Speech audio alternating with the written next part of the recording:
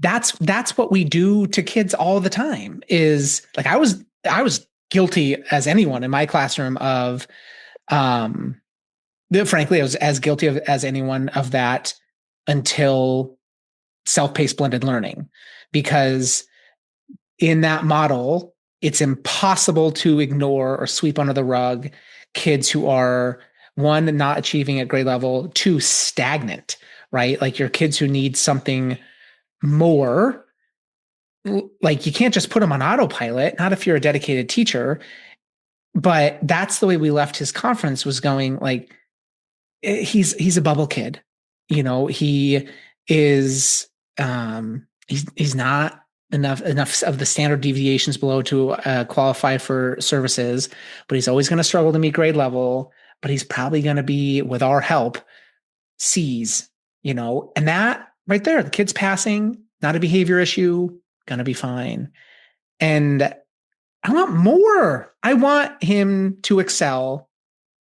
The thing that's been most heartbreaking is 7 years old. Every day the kid is excited that he doesn't have to go to school for the last 2 days, right? He's like, oh, no school. I'm excited. I don't want to go to school. Should love school as a seventh grader, as a 7-year-old. You should get to go see your friends. You're having fun in class. You're learning new things. You're excited. You should love it. You should love it. And that's just not the environment being created. And I read that article and I'm like, that's what I want, because like you can get things that are appropriately rigorous for a small portion of your day, which is frankly all it needs to take up. And the rest of it is experiential, hands-on learning with someone who's coaching you and supporting you and giving you access to these experiences that you are just immersed in. And that's the way school should be.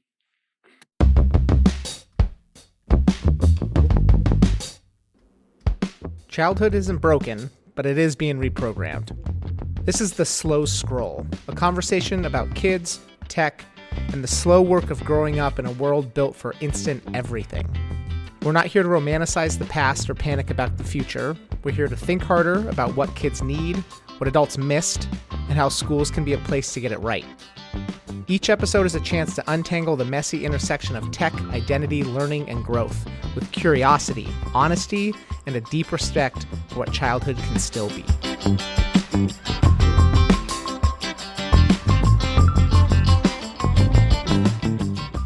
I agree. And I feel like yes, 7 is young, but I'm seeing that in my fourth graders already. And they start talking about it on Sunday. Like they get the Sunday morning blues because they already start feeling that impending Monday coming. And so that's wrong to me. And this is what kind of converged this conversation I had with a former colleague and friend who is a high school math teacher, secondary. Granted, he teaches physics, calculus, kind of those higher level and the ones you can get college credit for. But has also taught, he previously taught algebra and geometry and whatever, algebra 2, whatever the order is. But his statement was that, school's not meant to be entertaining. School's not meant to be engaging. It's just sometimes you have to do the things you don't want to do, and school is one of them. And so you just got to get through it. You just basically have to suffer through it. And when I was talking about, this was in a larger conversation around integrated learning, where I was sort of saying that true learning doesn't happen in a vacuum. It doesn't happen only at school. It doesn't only happen, you don't only math in math class and English in English class. Like there's ways that these cross over in quote unquote the real world, right? In the real world, when we do our jobs, I don't wait for the period 1:15 to 2:15 to work on the math part of my job because that's math time. I build a spreadsheet to look at my data when I need to look at my data, right? Like it's embedded in what I'm doing. And so that was kind of where it was this larger conversation where he was saying, but what about those kind of foundational, who's going to teach physics, right? You can't just learn physics through project-based learning, was his attitude. And I said, you're right. There's something in between.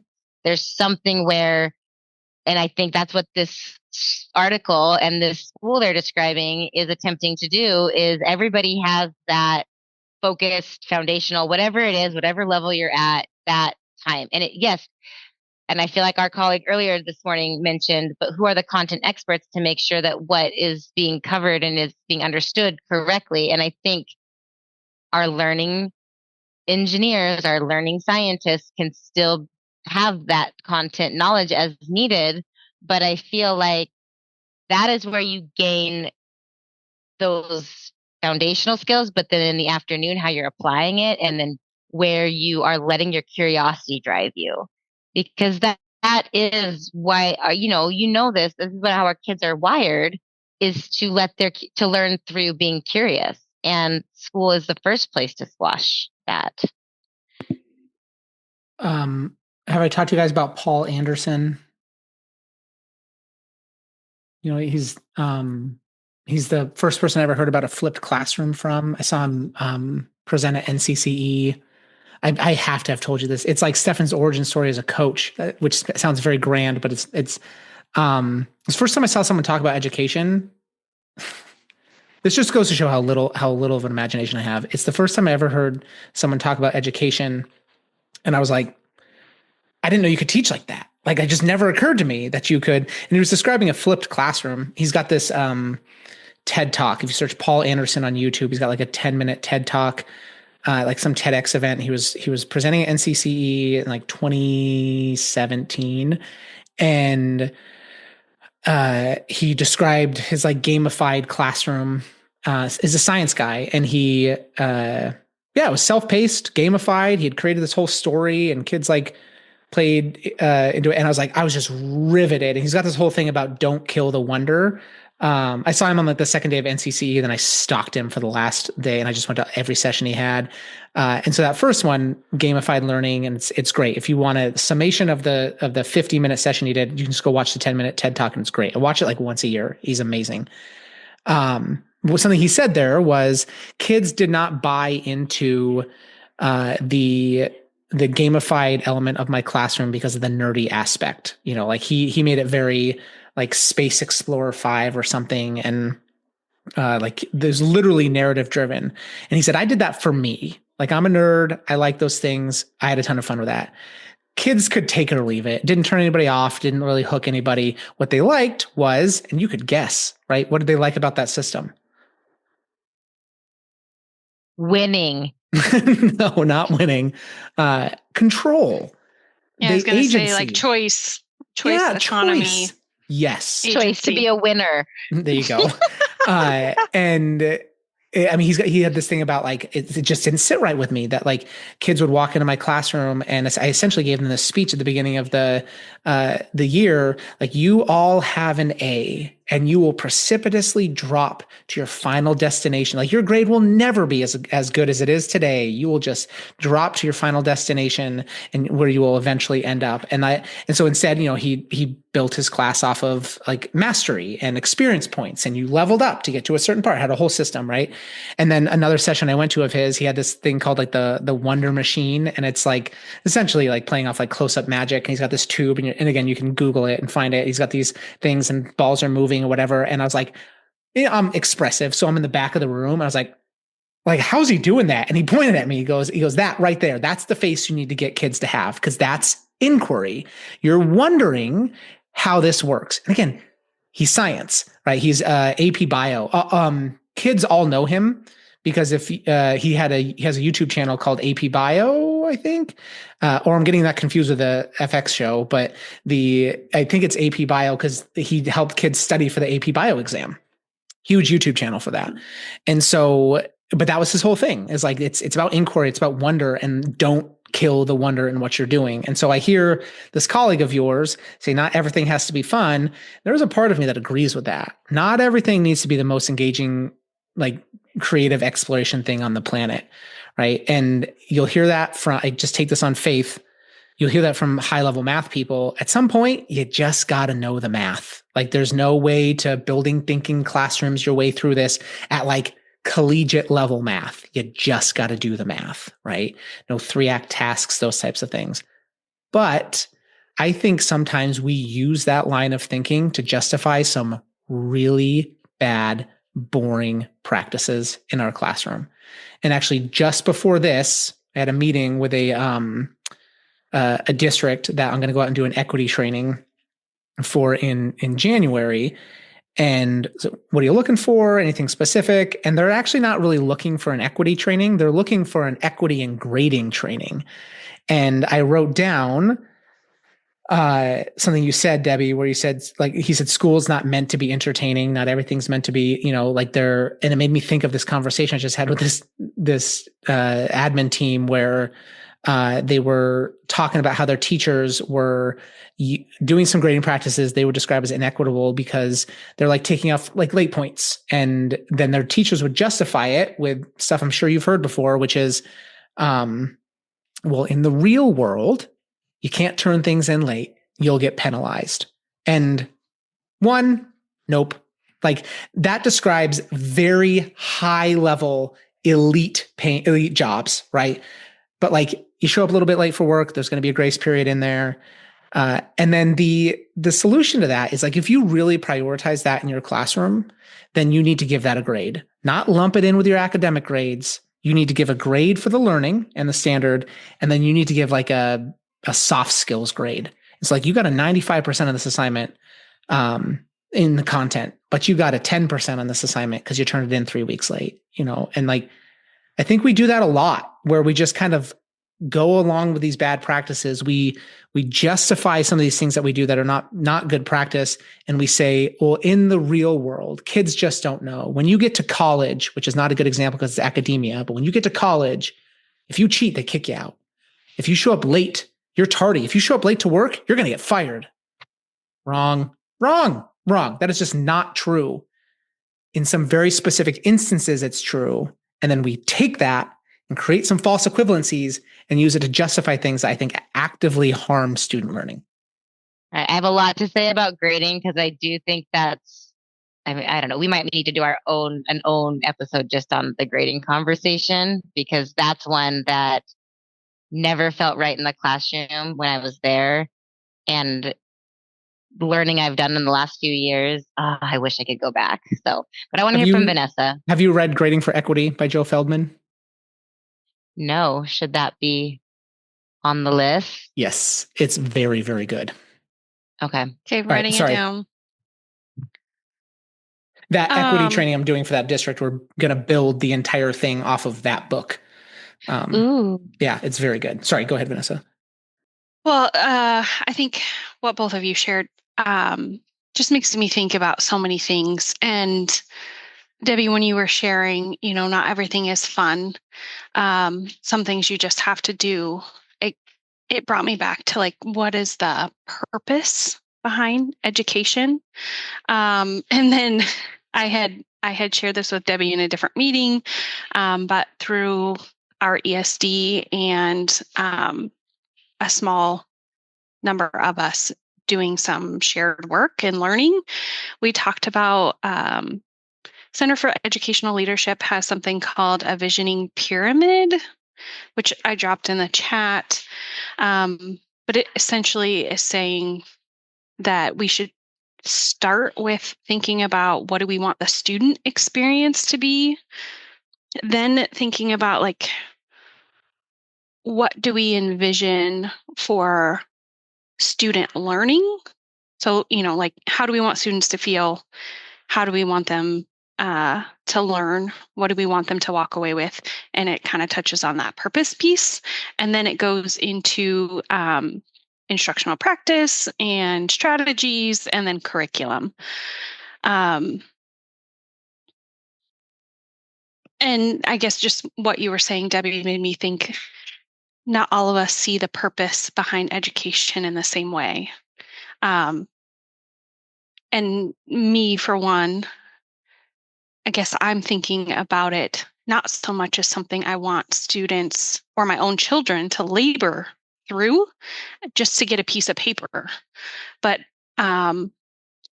what are they learning about themselves through this process? How is it expanding their thinking, introducing them to like new ideas, concepts, but then, foundational pieces that they're going to use the rest of their life. Um, and then to your point, Stefan, um, the grading and conversations that you're having with educators around equitable grading practices. It wasn't until my master's degree that I think I experienced like compassion and empathy. So all of my instructors had very candid conversations with us. Like, these deadlines are in place to help you kind of continue on that learning path. And there'll be certain things that are hard deadlines, like a presentation or, end of the term paper that has to be submitted on time. But these other things are flexible. There's going to be discussion boards and, blah, blah, blah. If you're having difficulty, if you're struggling, like, they actually gave all of us students their personal cell phone, and really encouraged, I guess, like candid conversation about where we were, and then treated us as, competent, capable individuals who have busy lives, and we're trying to fit this on top of everything else that they had going on. So while different in the K-12 space, like in my grand vision of educate, like, how do we work in more of that? And I think that's kind of where, a lot of the social emotional learning and that sort of thing has come from, is like, yes, students have to learn, but, there's this whole other aspect of helping them develop healthy coping mechanisms and ways to interact with other students and with their teachers in the classroom. Um, and those really are fundamental before students can get into that learning space. So that conversation that you had, Debbie, with the colleague, like, not everything has to be fun. Like, I get it. And there are going to be things that are difficult for students, especially in the subjects that he's teaching. But to what you were saying, Stefan, like, how do you invite them into that space to be curious, to be willing to fail, to challenge themselves in a way that maybe they wouldn't otherwise? And I think that that's something that we as educators should aspire to. It is difficult. It is time consuming. So I don't want to like say, oh yeah, this is so easy. But if I'm thinking about what I ultimately want students to experience, what I want my children to experience, like, I want passionate educators who value my kids, and my kids, students want to come to school. And they can see themselves being challenged and being successful, and are encouraged to take those risks. I also didn't experience that type of learning until I took my higher level. It was my master's in library courses to get my library endorsement. So that was my experience to blended learning, to hybrid learning, to a lot of the same things you're talking about, this idea of self-pacing, because that is what you're describing. These are your hard deadlines, but there's flexibility in between, and these are things to help you pace yourself.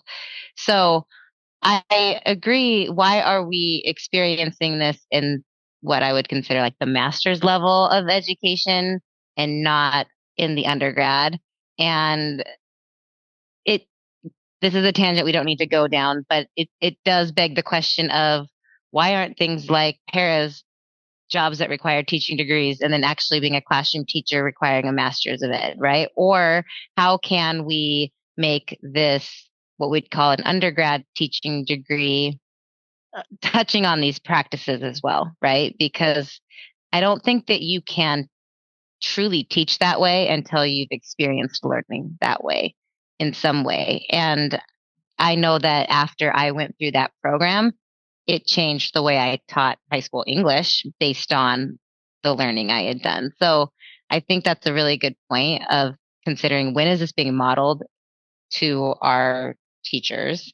And going back to that idea of purpose, you're right. I think that you make a great point that everybody's purpose for school might be different.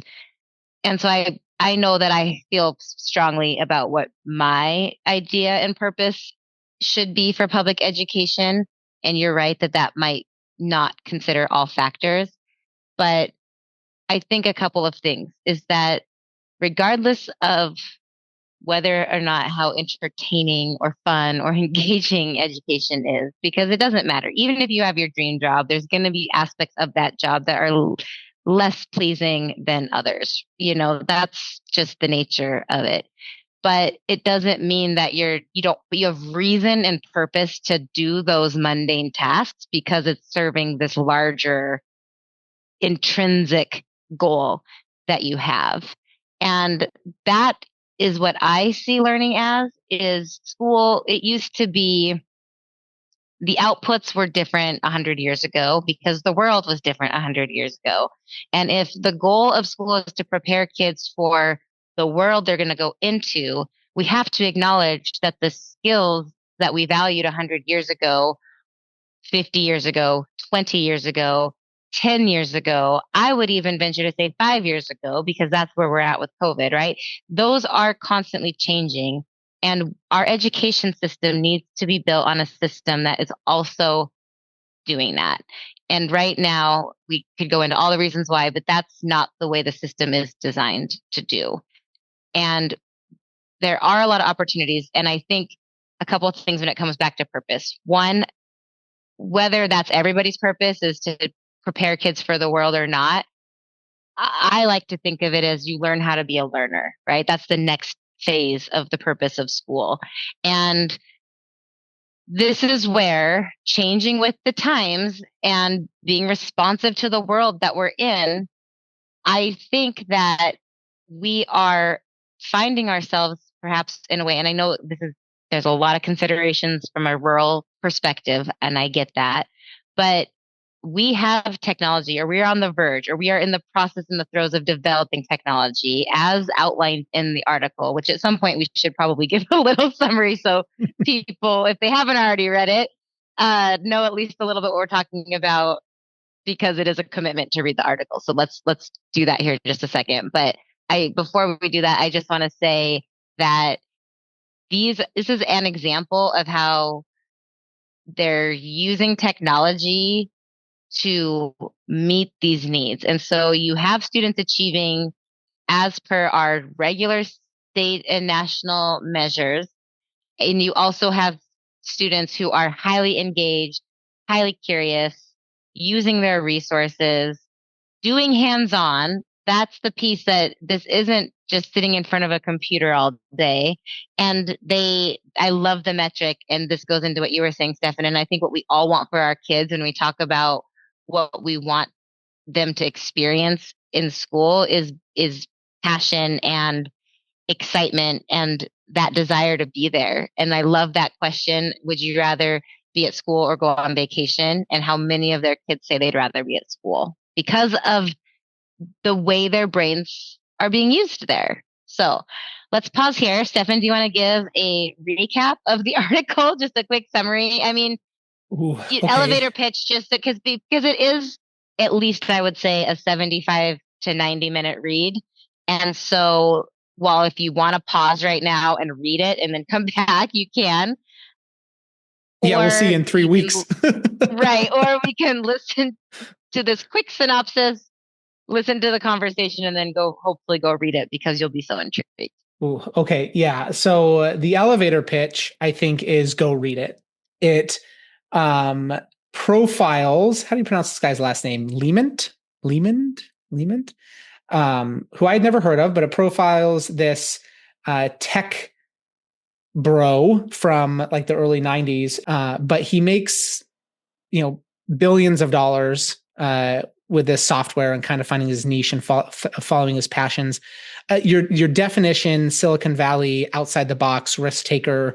I think my favorite part of the beginning, I don't know about you, but my favorite part of the beginning here was when they were talking about how they were continuing to fund their like working out of the garage coding operation. And it was the advent of the mailer pre-approved credit cards, and they just stacked max credit card on max credit card on max credit card to the tune of like $500,000, with the understanding that like, we can just declare bankruptcy, wait 7 years, and we'll be okay. Like that's the kind of thinking we're talking about here. So he kind of makes his bones on this, makes a bunch of money, and then gets married, I think has kids, and like withdraws from society. He, I think, says something about wanting to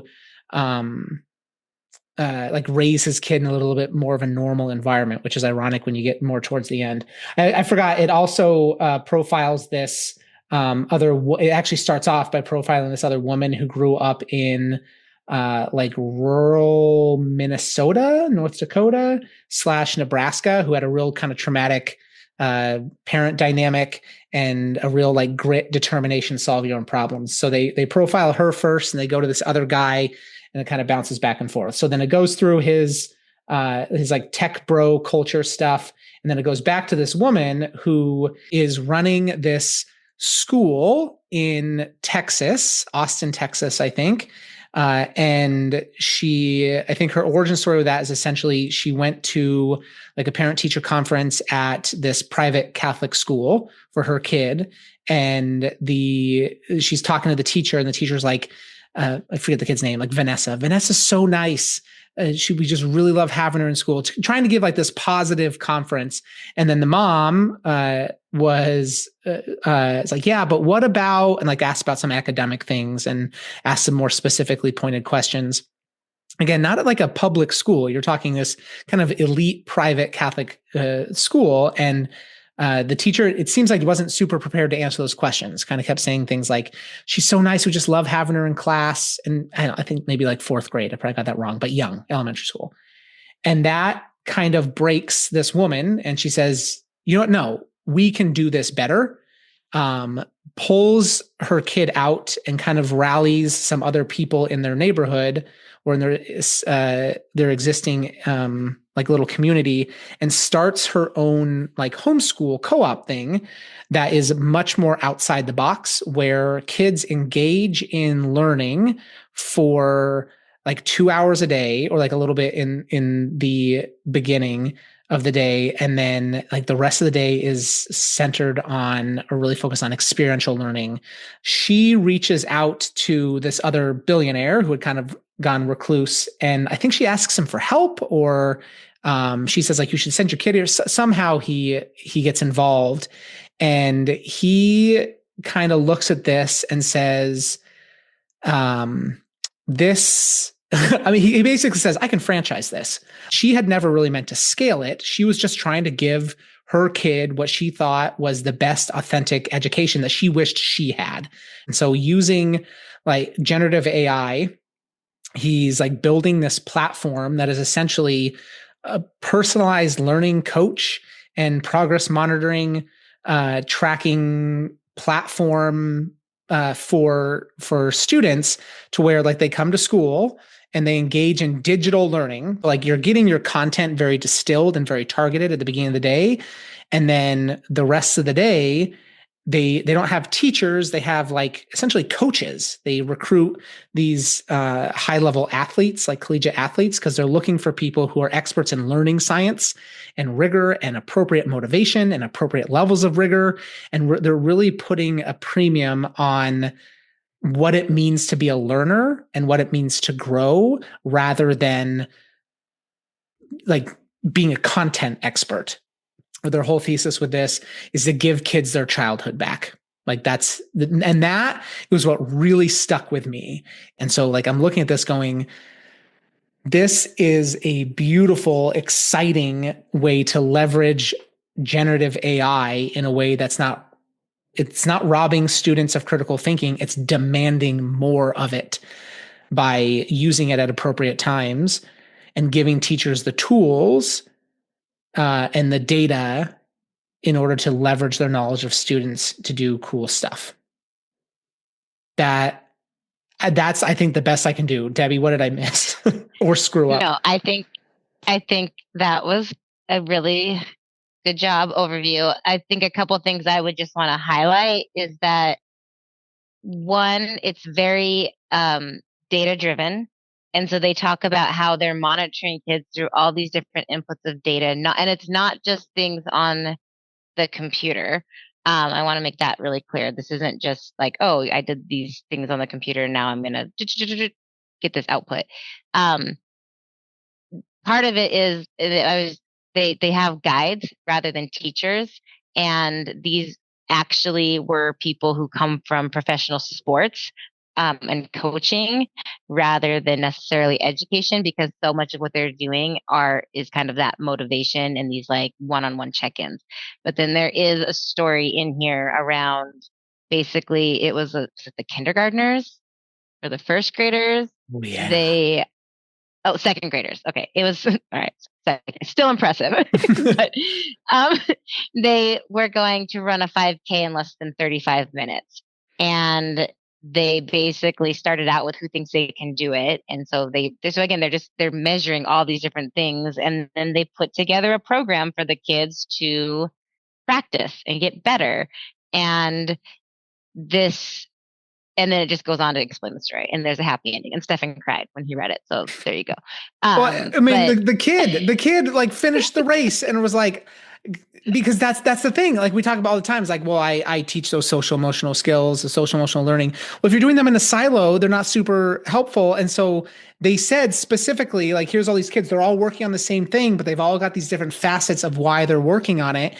And this guide specifically identified the second grade student was a real crier, right? Like cried about everything all the time. And so then his achievement, not only did he meet the benchmark with all of his peers to finish this 5K, he throws his hands up at the end and goes, I did it. I didn't cry the entire time. That right there, that is a kid recognizing their own growth. That is a teacher identifying a need for this student. That's that kid learning grit and determination and perseverance and failure, but not everybody needed that same lesson, but they all did it within the same context. Like, oh, perfection. Yeah. And at first I thought, gosh, that's harsh to make sure that he does it without crying. Like, who cares if they cry? It's about finish.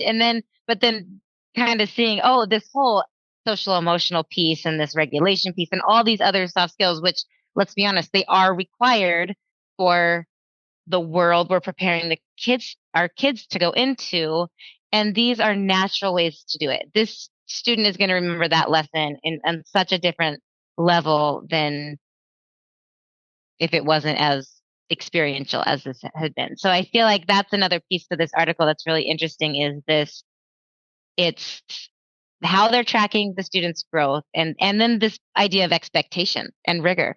And I do think that, and not necessarily from a bad place. I think it comes from a good place in public education where we really want to help all kids see that they can show growth and achieve. I do think that sometimes that does mean lowering the bar. And I think when we have kids who are bored at school and they don't feel like they're learning anything and there's you know what I mean? This has to do with low rigor, low expectations. Mm-hmm. And they address this. Even this man comes in and he's telling this woman, like, you have way too low of expectations. And she's like, what are you talking about? I have high expectations. And he says, no, we can even go higher than that. And so I think I don't know that this could all be replicated in our current educational system. In fact, I know that it can't because of some of the factors that go into the cost and the sample size of who we're looking at, who they work with.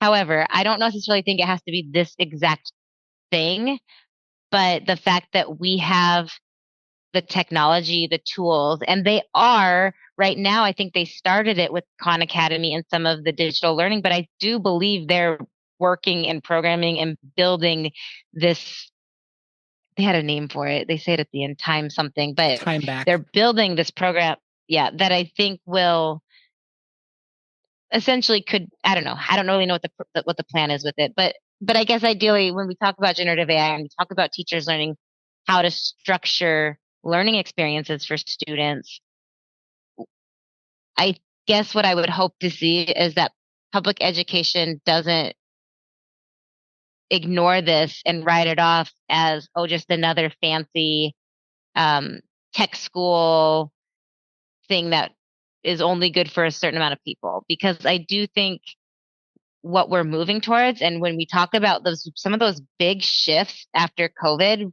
was this opening. And again, I think there's still a little bit of an untapped market there, and people are still trying to figure out like what this could look like. But I do think it opened people up that learning doesn't have to happen in a brick and mortar school between these hours of the day.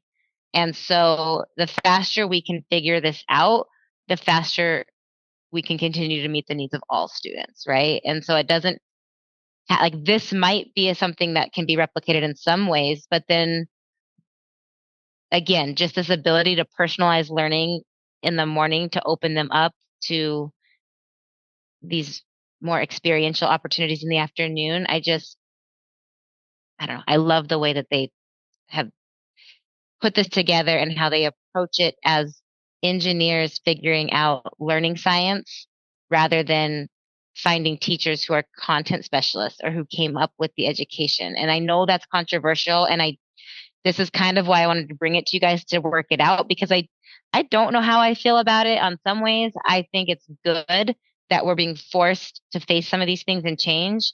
On the other hand, is there potential to lose certain aspects of education? Yes. I don't know. I have a lot of questions more questions than answers. So yeah. I feel like it's thought provoking.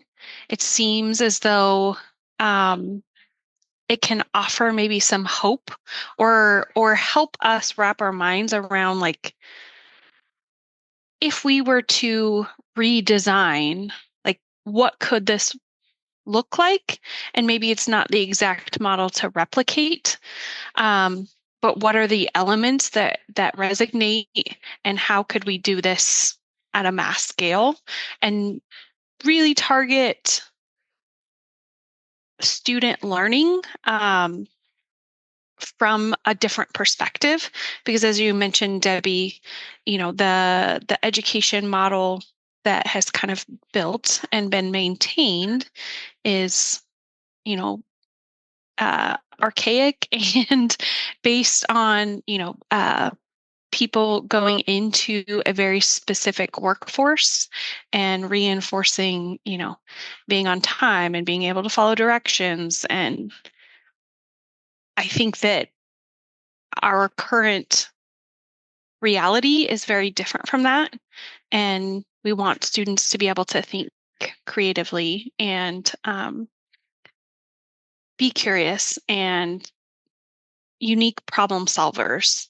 So again, just from hearing you guys speak, I just think about the opportunity and the hope that this article presents. Separate from this, and I don't want to go, there's a well-known author. I don't know the rest of his history. I may have shared it with you guys before, but his name is Yuval Harari,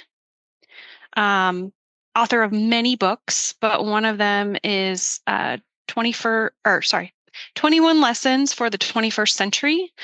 His whole premise behind this book in particular is that in order for people to be successful moving forward, we have to engage in lifelong learning and unlearning, develop like mental resiliency and flexibility, um, and engage in like deep thinking and self-reflection in order to remain relevant and to be able to survive, because so many of us are not staying in just one profession for our entire lives anymore. It's very common that we may have 5 or more careers. And I see, I think that's something that teachers know inherently, right? Like lifelong learning. And I think we do a pretty good job of paying lip service to it. And in practicality, that's very difficult because learning is difficult, right? Learning can feel uncomfortable and tricky. And I think another part of this issue is that teachers are responsible for so much that in very little time is the other piece, right? Like you've got to do all these different things. Like elementary teachers, I don't know how any of them ever do it if you just try to teach subject by subject by subject by subject, because like you're dealing with these not fully formed human beings and all these different areas with all these different sets of standards and all these different materials, and then all this outside criticism and pressure and time constraints. Like it's nuts. So it makes perfect sense to me that we've just been quote unquote boiling the frog. And as the world has changed, we haven't changed the system, the school system a lot. We've just added more to it, added more responsibility, and then diffused it. And it gets a little bit tense. And he calls out specifically in the article, he talks about, what's it say? Education in America has long been a sort of quote, protected class and sacred sector. It therefore does not exist to be disrupted, much less displaced. You might have noticed that it isn't even meant to be fixed. Education is meant to be reformed by departments of education, legislative election committees, blah, blah, blah, blah, blah, blah. And so that's true, right? Like you don't go in and disrupt education, I think, for a couple of reasons. One, your clientele is very precious. Any disruption to the learning experience, the ones who always suffer are the kids, and the ones who have zero agency typically. And we know the power of early learning. So you do that at an early level, that's an issue. And so I think people get a little bit touchy when you go to like mess with something that it's at least not doing harm, right? It may not be perfect, the public education system in America, but it's not hurting anybody as far as we know. And I think everybody agrees that it could be better, right? No matter where you're at in that spectrum, everybody agrees that it could be better. I think the other thing that gets a little bit touchy around is like, you don't want to criticize education because we do ask a lot of our teachers, and that seems unfair to be like, all right, now here's something else. So everyone kind of like approaches that.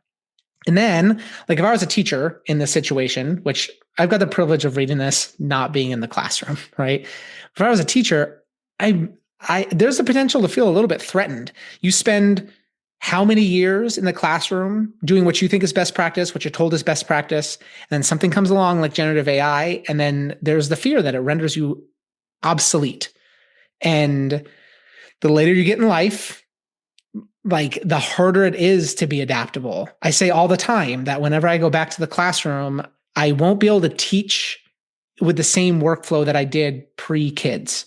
Because I was spending 6-7 hours on a Saturday lesson planning. I was a loser. Just kidding. Should probably cut that out. I don't want to call any dedicated teachers losers. But what I meant was in my mid-20s, I wasn't traveling on the weekends with my wife. We were lesson planning and grading, right, during the school year. And so like if I put all that time in, like I couldn't do that now because I'm not going to give up 7 or 8 hours on a Saturday with my 2 kids. Ugh, that's family time, and so I'd have to figure out a way to do that. And so then something like this comes along and it's like, hey, all that stuff about educational best practice, it's important, but we've got something new and like where like learning science is key, and I agree with all of that in all honesty. Like throughout my career in the classroom, I definitely feel like I evolved more into a coach and less of a content expert because like I need to know about the content because I need to be able to guide where my students go and where they're getting content, whether it's right or wrong. You can't just Google everything all the time. But I really saw it as my role, guide on the side, right? To facilitate their learning, to coach them through their learning, to push them farther, to get them to do their own thinking. And that is much more of a literal, like athletic coach skill set. The classes I took in my pre-service education, which I really appreciated and I think did a very good job, were not directly related to the type of teacher I have eventually become, right? Like it was, classroom management. The classes I took on classroom management did not apply to the type of teacher I was. My content area, I studied social studies and history in college. I've never taught social studies and history. I taught English, right? That wasn't a problem. I was a pretty good teacher in that content area there piece because I invested a little bit more heavily in learning sciences. I think one of the best parts about this country is that we do have an education system that takes every single kid without any questions. That is beautiful that we have a country full of educators who have dedicated their time, and there are no illusions about teaching being a glamorous lifestyle. So you've got all these millions of teachers who have dedicated their life to just educating the kids that are in front of them with zero questions asked. We're not unique in that sense as a country, but we are of the few that don't track their kids, that don't exclude people from the school system. It's awesome. And I really value that. And I also value the social learning in schools. And so that's the type of stuff that worries me when you start seeing kids getting pulled out of school, go to alternative learning systems. I think those are right for some kids, but by and large, there are things that kids will teach each other naturally that we can't teach them. And what excites me about something like this school, I think they call it Alpha School.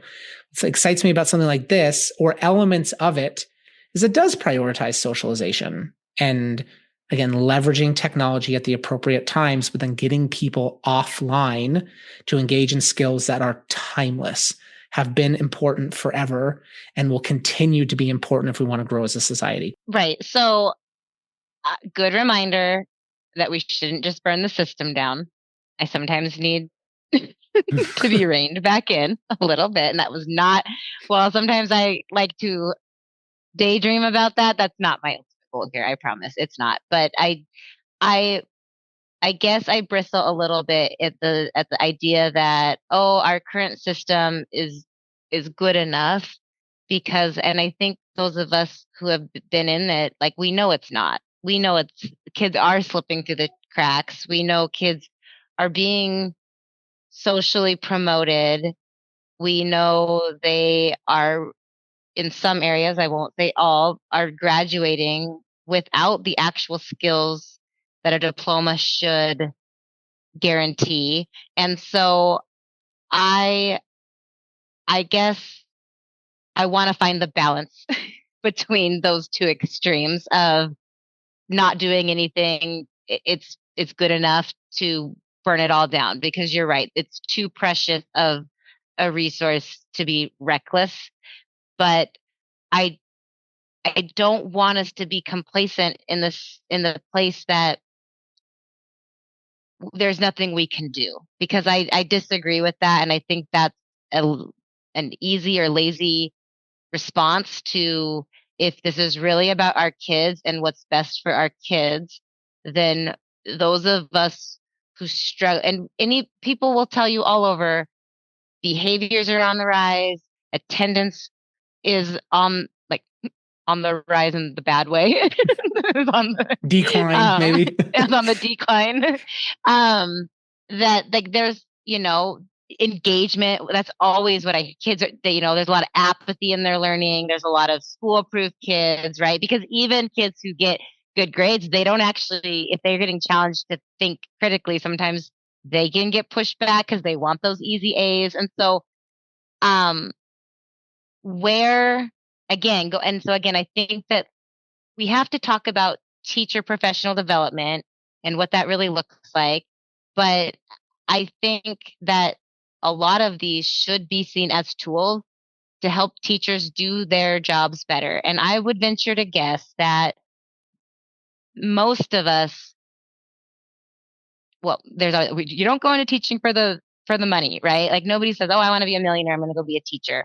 There's a lot of different reasons that you might get into it, but I think for the most part, it's that people want to make a difference in kids' lives, or have a passion for educating, or a passion for a certain type of learner that maybe they are connected to in some way, and I think when you really ask teachers about what is your most rewarding experience, it's usually some sort of light bulb going off with a kid moment, right? When that kid gets it, or you have that breakthrough. And I think that what we're talking about, and again, education moves at a snail's pace, but where we could start moving towards is using these tools, because we do take everybody. That is the beauty of public education. And that is where my heart will always be, is that this is supposed to be the thing that levels the playing field. Everybody has access to a free and quality education, that if they choose to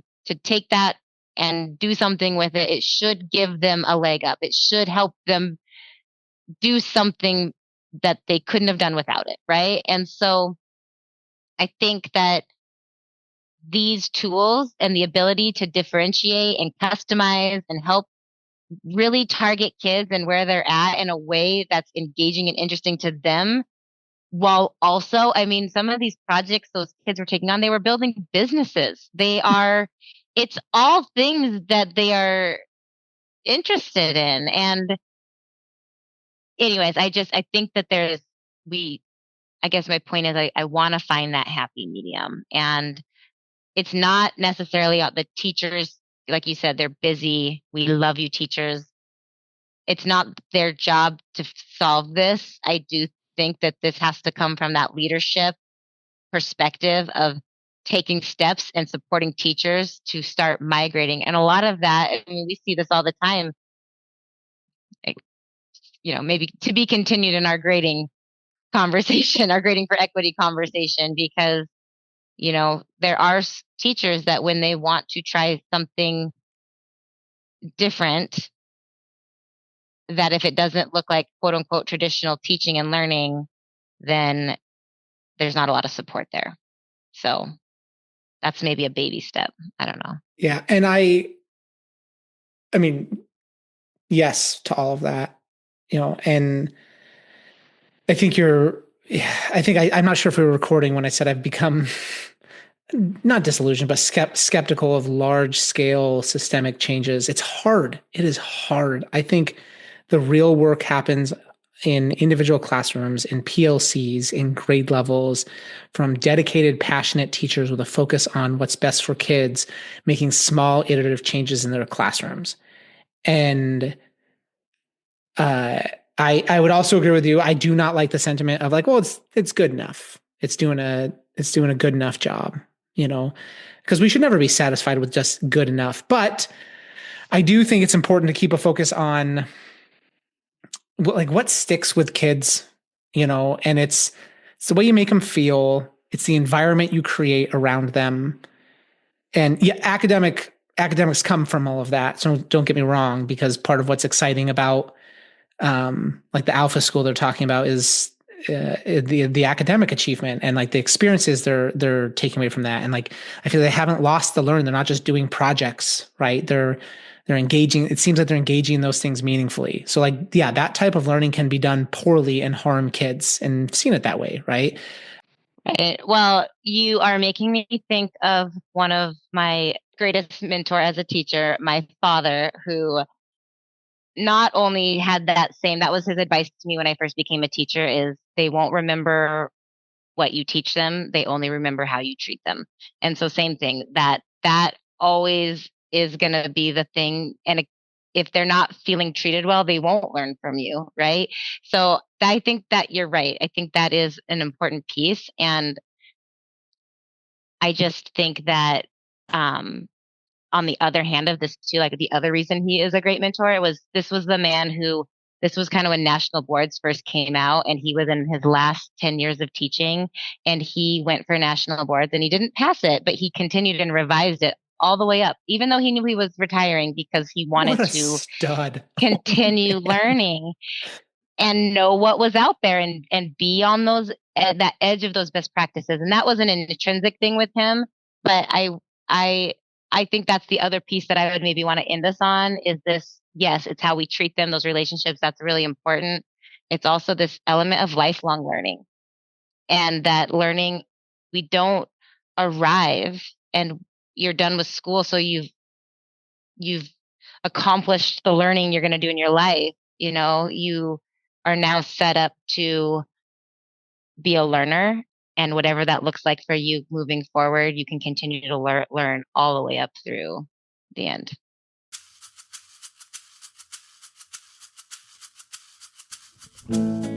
That's it for this episode of The Slow Scroll. These are messy and important conversations, and we're glad you're in them with us. If something sparked your thinking or unsettled it, we hope you'll sit with it, talk about it, and bring it into your work with kids. You can connect with us, ask questions, or provide feedback using the link to the feedback form in the show notes. Feel free to share the episode, send it to a colleague, or keep the dialogue going in your own circles. Just don't stop talking about what matters.